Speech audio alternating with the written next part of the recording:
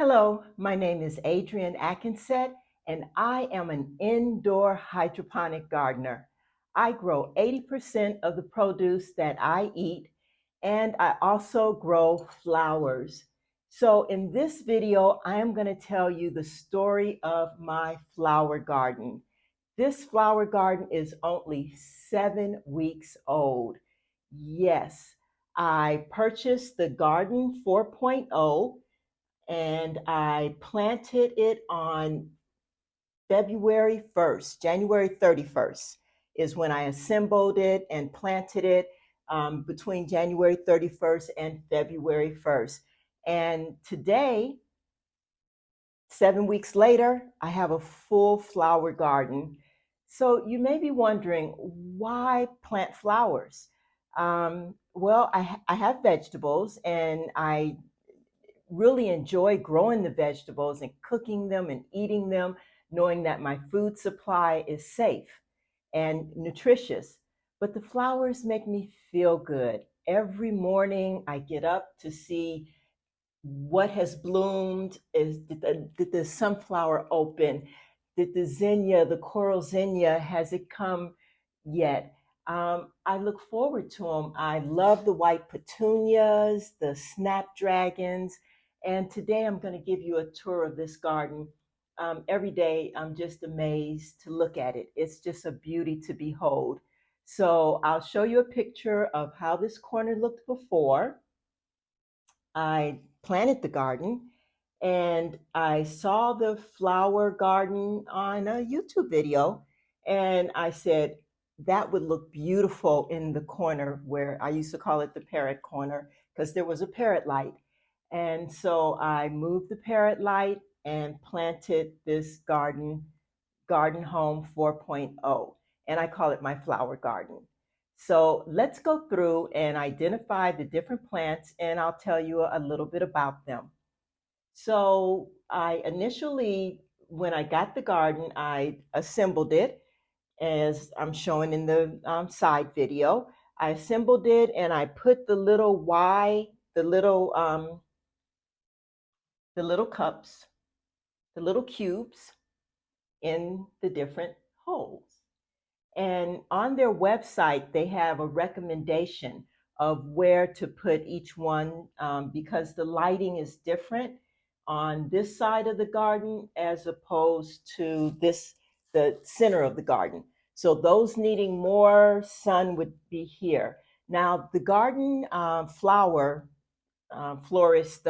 whatever they call it, it came with a lot of these flowers, but also it came with vegetables like celery, um, Swiss chard, and kohlrabi, and other vegetables and herbs but I really wanted flowers. So I went and I purchased some additional flowers in order to start in the garden so that I would have mostly flowers. And I used the vegetables for my kitchen garden because I already have been growing vegetables and herbs, and I really wanted this to be dedicated to flowers.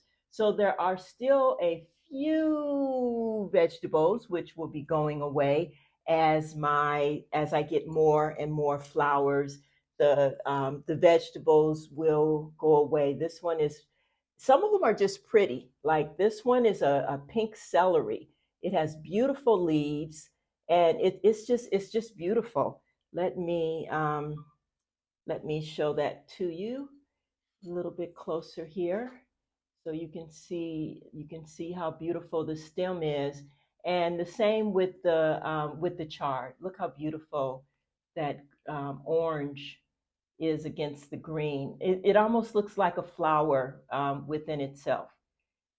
And this, I've been waiting for this to bloom. Oh my goodness. Let's see if I can get a good picture of it. This is the coral zinnia. Let's see if I can get it to come over here. It hasn't completely opened up. It just started opening about 3 days ago, and there's another little bud right there that will open up. But I'll show you the picture of the flower. So once it's opened up fully, it'll look a little bit more like its picture. But it's absolutely beautiful. The sunflowers. I think the sunflowers are what attracted me most to the garden. And they opened up at different times. Now, these three sunflowers were in one cube, and three leaves came up, and I'll show you that here. And I separated them, and so that out of the one cube, I ended up with three sunflowers, and I waited patiently for them to bloom. The first thing to bloom was the marigolds. So these are the marigolds. They were the first to bloom, and they started. So I planted it on February 1st, and on the 8th, I started dividing seedlings. That's how fast everything grew. So by the 8th, I was dividing seedlings, and on the 8th of February is also when I planted this beautiful zinnia and divided the different flowers. So there are the snapdragons. These are the beautiful snapdragons. They came with the garden, or I ordered them separate. There's another set of snapdragons right there. This is what's called a stock flower. Let's see if I can get that one so that you can see that. There's the stock flower.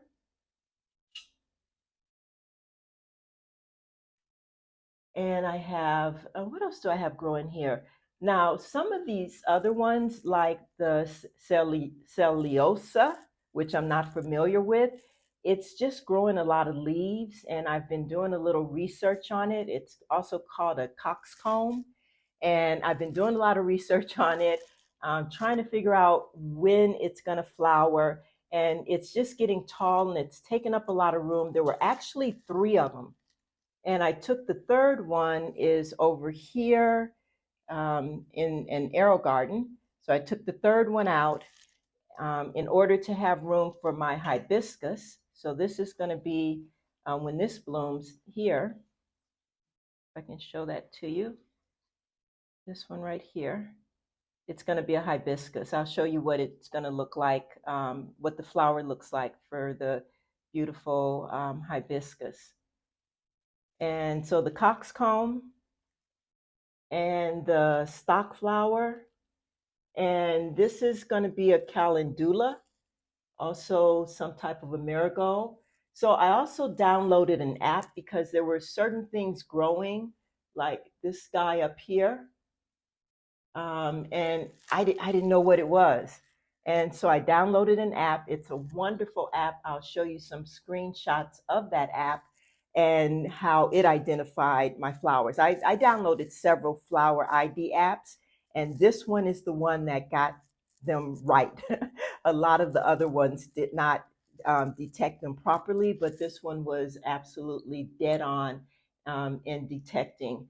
So the name of this app is called Picture It, and I took pictures of the plants in my garden, and those are the little pictures that you see scrolling on the screen right now.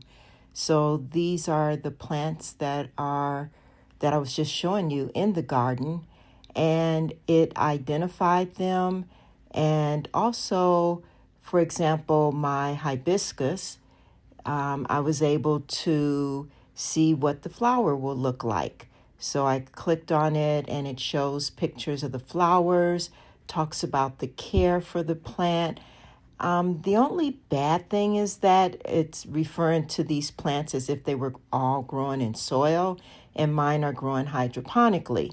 So anytime something is wrong, it'll take a picture and it'll tell you, oh, the plant doesn't look healthy. Perhaps, you're giving it too much water. And I'm thinking, oh, okay, it's growing in water. But aside from that, it's really a nice app for identifying the plants. It was able to identify the smallest of my little plants. This was the one that encouraged me to download and look for a plant ID app because I was trying to figure out what this was. Is it a vegetable? Do I eat it? What's going on with that plant?